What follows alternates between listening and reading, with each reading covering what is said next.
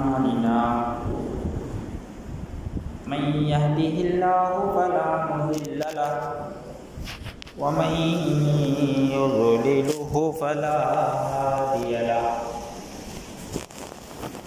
ونشهد أن لا إله إلا الله وحده لا شريك له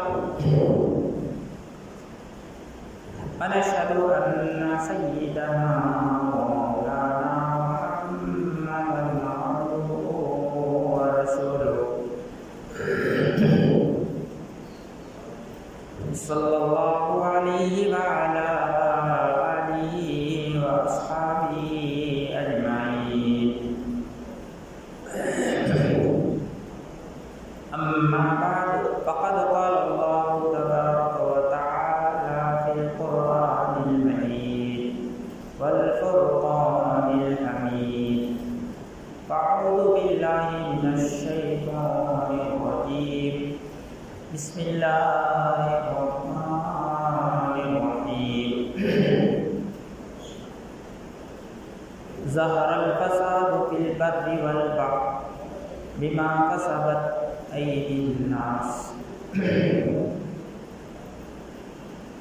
وقال رسول الله صلى الله عليه وسلم إذا استعلت هذه الأمة الخمر بالنبيذ والربا بالبيع والسحت بالهدية والتجر في الزكاة أو كما قال رسول الله صلى الله عليه وسلم وفي قوله فعليه الدمار وعند ذلك هلاكهم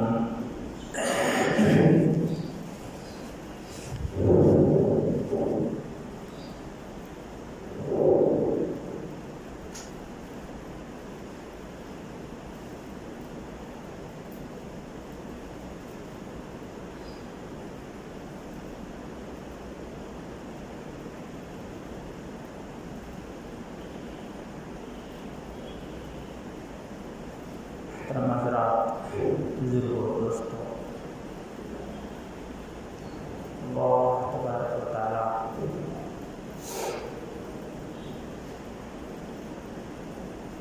ہم سب کو اپنے گھر میں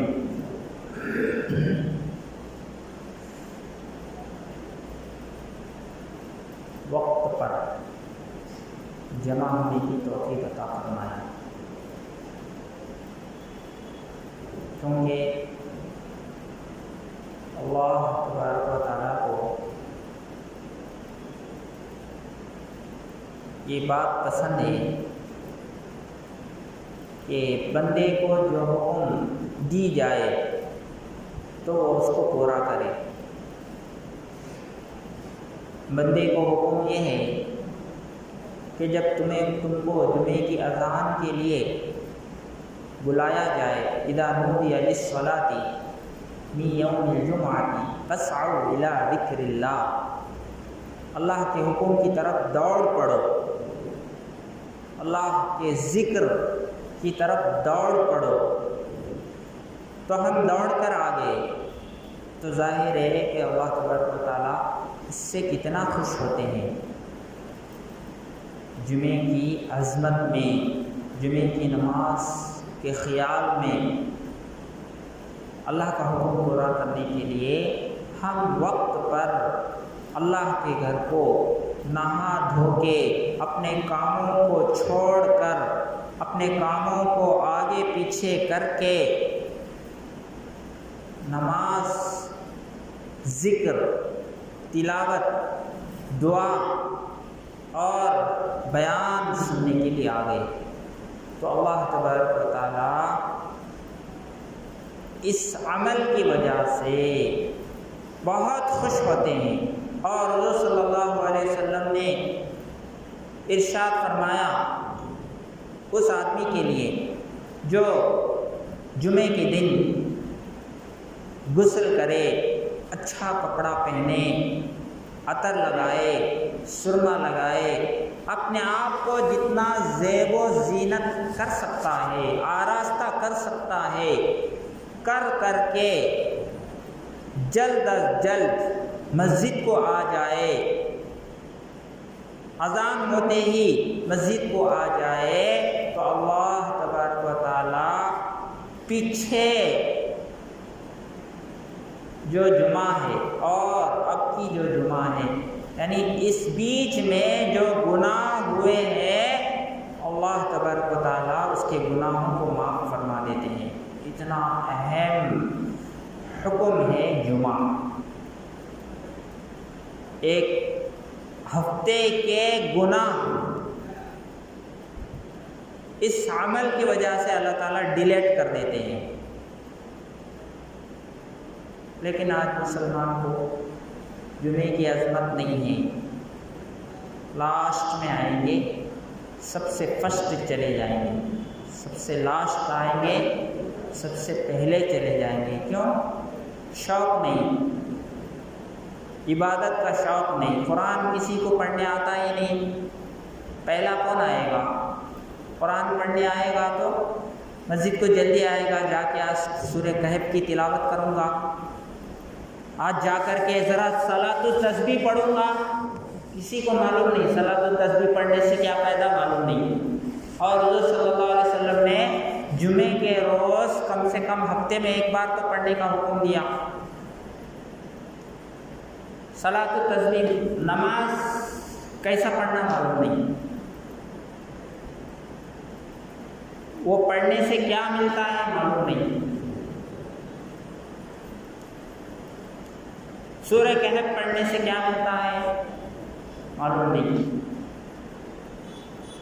جمعے کے روز سورہ کہف پڑھنے کے لیے کہا گیا، جمعے کے روز صلاۃ التسبیح پڑھنے کے لیے کہا گیا، جمعے کے روز درود پڑھنے کے لیے کہا گیا۔ کثرت سے درود بھیجو، جو شخص زیادہ درود پاک حضور صلی اللہ علیہ وسلم پر بھیجتا ہے، اس کو قیامت کے دن آپ صلی اللہ علیہ وسلم سفارش کریں گے اس کے حق میں۔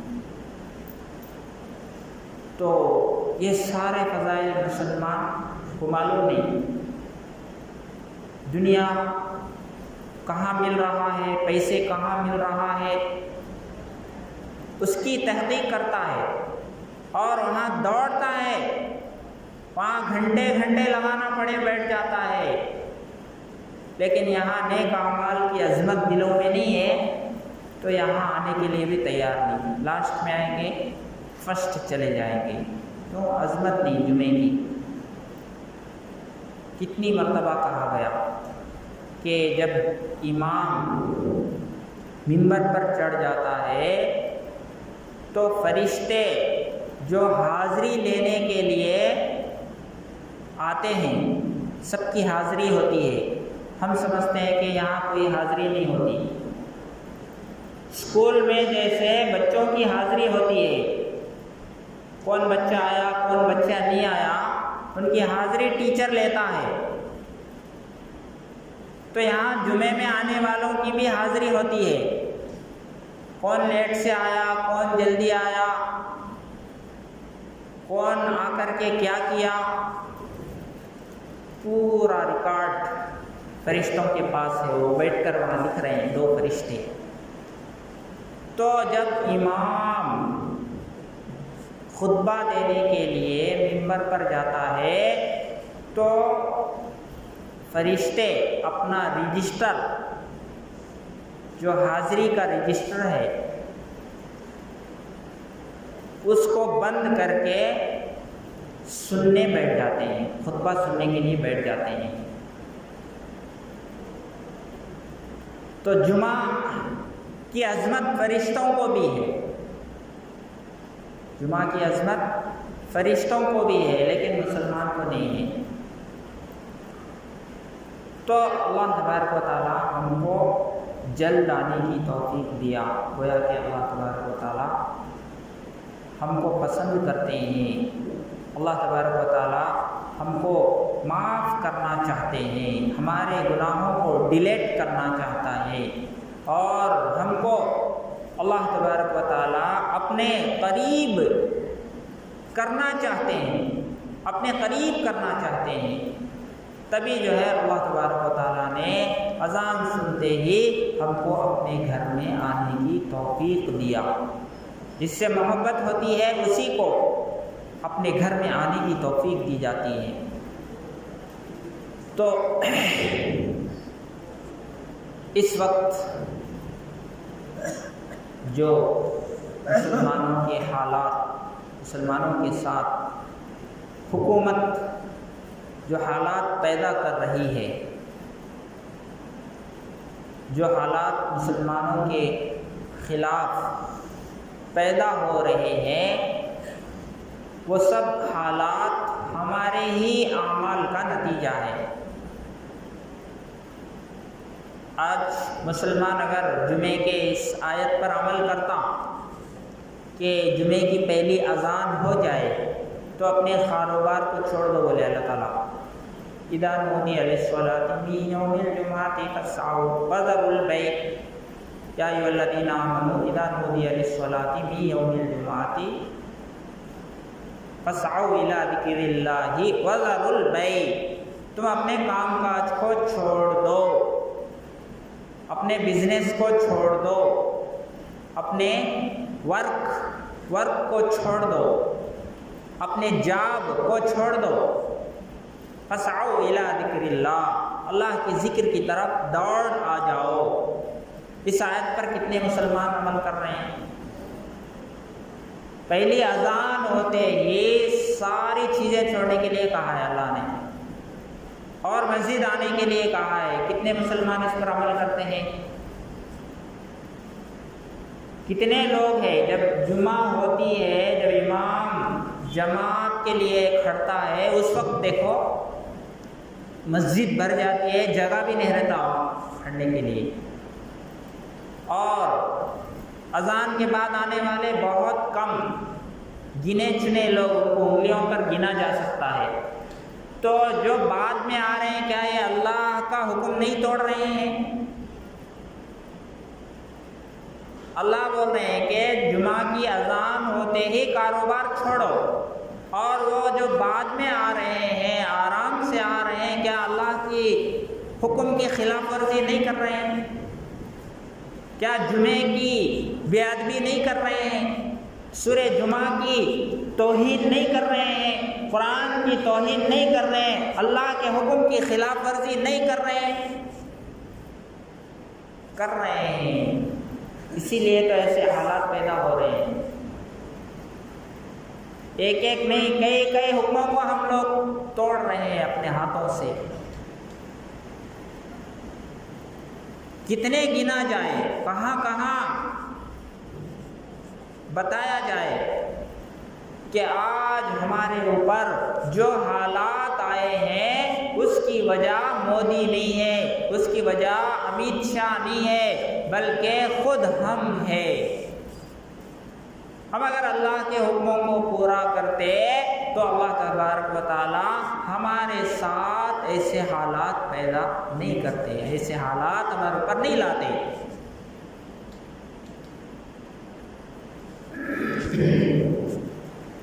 حضور صلی اللہ علیہ وسلم نے حدیث میں ارشاد فرمایا کہ جب میری امت 4 کام کرنے لگے گی، 4 برائیاں جب ان کے اندر آ جائیں گی، 4 چیزوں کو جب یہ حلال سمجھنے لگے گی تو ان کے اوپر ہلاکت آئے گی، ان کے اوپر بربادی آئے گی، ان کو ہلاک کیا جائے گا، ان کو برباد کیا جائے گا، ان کو تباہ کیا جائے گا۔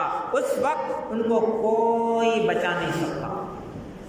جب میری امت، جب مسلمان یہ 4 کام کرنے لگیں گے، اس کے اوپر ہلاکت مقدر ہے، بربادی طے ہوئے اللہ کی طرف سے۔ اذا استحلت هذه الامة الخمر بالنبیذ، حضور صلی اللہ علیہ وسلم نے ارشاد فرمایا کہ جب یہ امت شراب کو حلال سمجھے گی، شراب کو پانی کی طرح پینے لگے گی، شراب کو دودھ کی طرح پینے لگے گی، شراب کو چائے کی طرح پینے لگے گی، شراب کو کولڈ ڈرنکس کی طرح پینے لگے گی، تو ان کے اوپر ہلاکت اور بربادی لازم ہے، ان کے اوپر عذاب آئے گا اللہ کا۔ آج دیکھیے کتنے نوجوان شراب کے لت میں مبتلا ہیں۔ نشے میں جب میری امت مبتلا ہو جائے گی، دن رات شراب میں جب مشغول ہو، شراب کے بغیر یہ زندہ نہ رہ سکتے ہو، شراب کے بغیر وہ جی نہیں سکتے ہیں، جب ان کی عادت ایسی بن جائے تو ایسی صورت میں اللہ کی پکڑ آئے گا ان کے اوپر۔ اتنے نوجوان آج شراب پیتے ہیں۔ فنکشنوں میں آپ دیکھے ہوں گے، میں خود کتنے فنکشنوں میں گیا، ان کے سامنے سے گزرتے ہیں تو شراب کی بو آتی ہے، گویا کہ وہ شراب کا کوئی فنکشن ہے۔ لیبل ہے شادی کا، لیبل ہے ولیمے کا، لیبل ہے عقیقے کا، لیکن اس میں شراب میں مست ہے مسلمان۔ اور اس میں لڑائیاں کیوں ہو رہی ہیں؟ شادیوں میں دیکھو کتنی لڑائیاں ہوتی ہیں، کتنے لوگوں کے شادیوں میں لڑائیاں، ولیموں میں لڑائیاں، عقیقے میں لڑائیاں، کیوں؟ شراب خور بڑھ رہے ہیں، جس کی وجہ سے لڑائیاں ہیں۔ شراب پینے والا ظاہر ہے کہ اس کی عقل کام نہیں کرتی، وہ اپنے حیثیت کو نہیں پہچانتا، وہ سامنے والے کی حیثیت کو بھی نہیں پہچانتا، اس کی عقل ماری جاتی ہے، وہ بے ہوش ہوتا ہے، ہوش حواس ختم ہو جاتے ہیں، اور ایسے کام کرتا ہے جس سے سارے لوگ شرما جاتے ہیں۔ تو جب میری امت شراب کو حلال سمجھے گی، آج شراب بہت عام ہو چکا ہے، کوئی برا ہی نہیں ہے آج مسلمانوں کے نزدیک شراب۔ سب سے زیادہ شراب پینے والے مسلمان، غیر ابھی بہت غیر ایسے ہیں جو بیڑی بھی نہیں پیتے، عادت ایسے بھی ہے، غیر لوگ بیڑی پینا بھی اچھا نہیں سمجھتے، سگریٹ پینا بھی اچھا نہیں سمجھتے، کیونکہ شرافت کے خلاف ہے۔ انجوائز ٹو ہیلتھ، اس کے اوپر جو لکھا ہوا ہوتا ہے اس پر عمل کر کے تو چھوڑ دیتا ہے، اس کو پڑھ کر کے چھوڑ دیتا ہے کہ اگر میں پیوں گا تو میرے دانت خراب ہو جائیں گے، سگریٹ پیوں گا میرے دانت خراب ہو جائیں گے، بیڑی پیوں گا میرا منہ خراب ہو جائے گا، میرے پھیپھڑے جو ہے، جو اللہ تبارک و تعالیٰ نے جو میرے سانس لینے کے پھیپھڑے ہیں وہ ہزاروں لاکھوں روپے دیں گے، خراب ہو جائیں گے، اس کو کوئی صحیح نہیں کر سکتا۔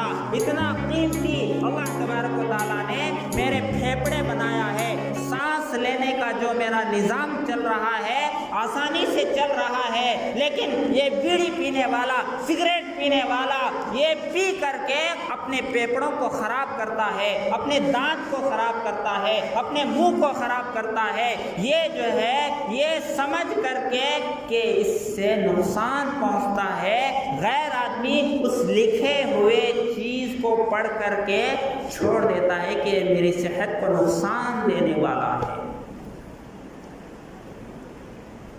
اس کو قرآن کی ضرورت نہیں، اس کو حدیث کی ضرورت نہیں، اس کو حرام کہنے کی ضرورت نہیں، صرف اس کے اوپر لکھا ہوا پڑھ کر کے وہ اس کو چھوڑ دیتا ہے۔ لیکن مسلمان کے لیے شراب جو ہے قرآن میں اللہ تبارک و تعالیٰ نے کہہ دیا ہے کہ یہ ایسا ہی حرام ہے جیسے سور کھانا حرام ہے۔ شراب پینا ایسے ہی حرام ہے جیسے سور کھانا حرام ہے. سور کھانے کو مسلمان حرام سمجھتا ہے لیکن شراب پینے کو حرام نہیں سمجھتا. نام بدل بدل کر کے آج شراب پیا جا رہا ہے. میں وکسی پی رہا ہوں, میں بیر پی رہا ہوں, میں فلاں پی رہا ہوں. شراب ہے, اس کے نام بدلنے سے اس کا حکم ہرگز نہیں بدل سکتا. وہ حرام ہے, وہ حرام ہے, حرام ہے, حرام ہے, ہر حال میں حرام ہے. اس کے نام بدلنے سے اس کا حکم نہیں بدلے گا. تو آج نوجوان چھوٹے چھوٹے بچے بھی شراب کے عادی بن گئے. ہمارے بچے فنکشن کرتے ہیں تو وہ بھی عادی ہو گئے, بڑوں کو دیکھ کر کے وہ بھی سیکھ لیے. تو جب میری امت شراب کو حلال سمجھے گی تو حضور صلی اللہ علیہ وسلم یعنی جب شراب عام ہو جائے گا, ان کے اندر شراب پینے والے بڑھ جائیں گے تو اللہ تبارک و تعالی ہلاکت اور بربادی ان کے اوپر لازم کر دیتے ہیں. اسی لیے حضور صلی اللہ علیہ وسلم جب ہم پیدا ہوئے تو ہمارے منہ میں حضور صلی اللہ علیہ وسلم نے جو سب سے طاقتور چیز ہے, جو انسان کے جسم کو فائدہ پہنچانے والا ہے اور انسان کے منہ کو مٹھاس پہنچانے والا ہے, یعنی بچے کو شہد پلانے کا حکم دیا گیا. جب بچہ پیدا ہو جائے تو اس کو شہد چٹاؤ, مٹھائی, کھجور کتنا قیمتی ہے, کتنے وٹامنس اس میں ہے, کتنے پروٹینس اس کے اندر ہے, اور جو ہے شہد میں کتنا اللہ تبارک و تعالیٰ قرآن میں ارشاد فرماتا ہے فیہ شفاء للناس. شہد میں اللہ تبارک و تعالیٰ نے بہت سی بیماریوں سے شفا رکھا ہے. کھجور میں اللہ تبارک و تعالیٰ نے وٹامنس رکھا ہے. ایسے چیز بچے کے منہ میں رکھنے کے لیے کہا گیا, لیکن مسلمان آج شراب کا عادی بن کر کے یہ اپنے اسلام کی بھی توہین کر رہا ہے اور اپنے صحت کو بھی برباد کر رہا ہے, اپنے پیسوں کو بھی برباد کر رہا ہے اور اپنے مال و دولت شراب کے اوپر لٹا رہا ہے اور برباد خود ہو رہا ہے. تو حضور صلی اللہ علیہ وسلم نے ارشاد فرمایا کہ جب میری امت میں شراب عام ہو جائے گا, شراب کو پانی کی طرح, شراب کو جوس کی طرح, شراب کو دودھ کی طرح, شراب کو کولڈ ڈرنکس کی طرح پیا جانے لگے, وہ اس کی برائی اس کے دل میں نہ ہو اور خوب پینے لگے لوگ, تو ایسی صورت میں اللہ تبارک و تعالیٰ ان کے اوپر تباہی لازم کر دیں گے, برباد ہوں گے, ان کو کوئی بچا نہیں سکتا. آج اکثر نوجوان پینے والے بن گئے, بڑے بڑے لوگ بھی پیو خوروں کی بہت زیادتی ہو گئی ہے, بے حساب پیتے ہیں, دن میں بھی پیتے ہیں, رات میں بھی پیتے ہیں, فنکشنوں میں بھی پیتے ہیں, پینے والے بہت.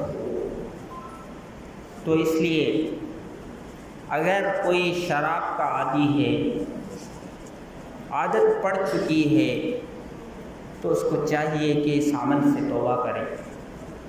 اگر توبہ نہیں کرے گا تو پھر حالات اور خراب ہوں گے اور اللہ کی پکڑ بالکل اللہ تعالیٰ گویا کہ ہم کو سگنل دیے ہیں, اب سگنل آ چکا ہے, اب بھی اگر نہیں سدھرے, اب بھی اگر شراب نہیں چھوڑے, اب بھی اگر سود نہیں چھوڑے تو پھر جو ہے ہلاکت ہمارے اوپر, ہلاکت کے بادل منڈلا رہے ہیں, بہت دور نہیں ہے, بالکل اللہ تعالیٰ سگنل کی شکل میں, آسام کی شکل میں ہم کو بتا دیے ہیں. اور اگر اب بھی ہم نہیں سدھرے تو پھر قصور ہمارا ہی ہوگا. اس وقت ہمارے رونے سے، اس وقت ہمارے دعا کرنے سے کچھ نہیں ہونے والا، جب اللہ کی طرف سے بربادی کا فیصلہ آ جائے گا۔ اسی لیے اللہ تبارک و تعالی ہم کو وقت دیے ہیں، موقع دیے ہیں، اس کو غنیمت سمجھ کر کے شراب سے توبہ کرے۔ اور اگر ہمارا کوئی بھائی پیتا ہے یا ہمارا کوئی بیٹا پیتا ہے تو اس کو سمجھائے، اس کو روکے۔ یہ بہت بری عادت ہے، اس میں انسان کی ذلت ہے، اس میں پیسے کی بربادی ہے، اس میں صحت کی بربادی ہے، اس سے کوئی فائدہ ہونے والا نہیں آدمی، نقصان ہی نقصان ہے۔ اور شریعت جو ہے ہم کو ایسی چیزوں سے روکتی ہے جو انسان کو نقصان پہنچانے والا ہے، اور ایسے کام کرنے کا حکم دیتا ہے جو انسان کو فائدہ پہنچانے والا ہے۔ تو زمزم کتنا بہت بہترین پانی ہے، اس کے پی جانے سے بیماریاں شفا ہو جاتی ہے، بیماریوں سے شفا ہو جاتا ہے۔ اس کے پینے سے آدمی کے اندر گئی ہوئی طاقت واپس آ جاتی ہے۔ ایسا پاور والا اللہ تعالیٰ نے زمزم پانی بنایا، لیکن مسلمان وہ نہیں پیتا، گلیز پانی پیتا ہے، مونگ پیتا ہے، جس کو اللہ تبارک و تعالیٰ نے ہمارے لیے حرام کر دیا ہے، گندگی پیتا ہے، جبکہ ہمارے لیے اللہ کے رسول نے ہائی پاور والا، ہائی منرل والا، ہائی پروٹین والے چیزیں ہمارے نبی نے ہم کو دیا، ہم وہ کھانے کے لیے تیار نہیں۔ بیڑی پیے، سگریٹ پیے، گٹکا کھائے، تمباکو، اور کیا کہتے ہیں اسے، گنجائے، کیا کہ عجیب عجیب اپنے منہ کو گندا کر لیتے ہیں، صحت برباد ہوتی ہے اس سے۔ تو ایسی عادتیں ہیں تو چھوڑنا چاہیے اس کو۔ اور بھی جو ہے حدیث میں 4 چیزوں کا حضور صلی اللہ علیہ وسلم نے تذکرہ کیا کہ میری امت میں جب 4 چیزیں ہوں گی تو ان کے اوپر اللہ کی طرف سے عذاب آئے گا، ان کی پکڑ ہوگی۔ تو اس میں سے ایک ہے شراب، شراب کو چھوڑ دیں۔ شراب آج نوجوان جو یعنی جلدی چل جاتے دنیا سے، اکثر عورتیں دیکھو بیوہ ہو رہی ہے، کیوں؟ نوجوان پیوٹ ہے، پینے کا عادی بن گیا، اب وہ کسی حال میں چھوڑنے کے لیے تیار نہیں ہے، اس لیے جو ہے شادی ہو گئی 2-4 مہینے میں آؤٹ ہو جا رہے ہیں، شراب کا عادی بن کے جوانی میں چلے جا رہے ہیں۔ یہ بھی اللہ کی پکڑ ہے دنیا میں۔ تو اپنی صحت کی حفاظت کرنا چاہتے ہیں، اپنی عزت کو بچانا چاہتے ہیں، اللہ کا مقبول بندہ بننا چاہتے ہیں، تو شراب کو چھوڑ دو۔ شراب بہت نقصان پہنچانے والا ہے، اس سے اپنے آپ کو بچائے، اپنے دوستوں کو بچائے، اپنے محلے کے تمام لوگوں کو بچائے۔ اس کی وجہ سے آدمی ایک گناہ نہیں کئی گناہوں کا ارتکاب کرتا ہے شراب پینے کی وجہ سے۔ شرابی نماز کو نہیں آتا، ڈرتا ہے وہ مسجد کو آنے سے۔ شرابی نماز نہیں پڑھ سکتا، مسجد کو آ نہیں سکتا۔ شرابی کا کام بھی، مائنڈ بھی کام نہیں کرتا، اس کا کوئی کام گھر کا بھی ڈھنگ سے کر نہیں سکتا، وہ کیا ہوتا کہ کیا نہیں کی کنفیوژن میں رہتا ہو شرابی آدمی، کیونکہ عقل اس کا کام نہیں کرتا۔ اس لیے شراب سے بچنا چاہیے۔ اللہ تبارک و تعالیٰ کہنے سننے سے زیادہ عمل کی توفیق عطا فرمائے۔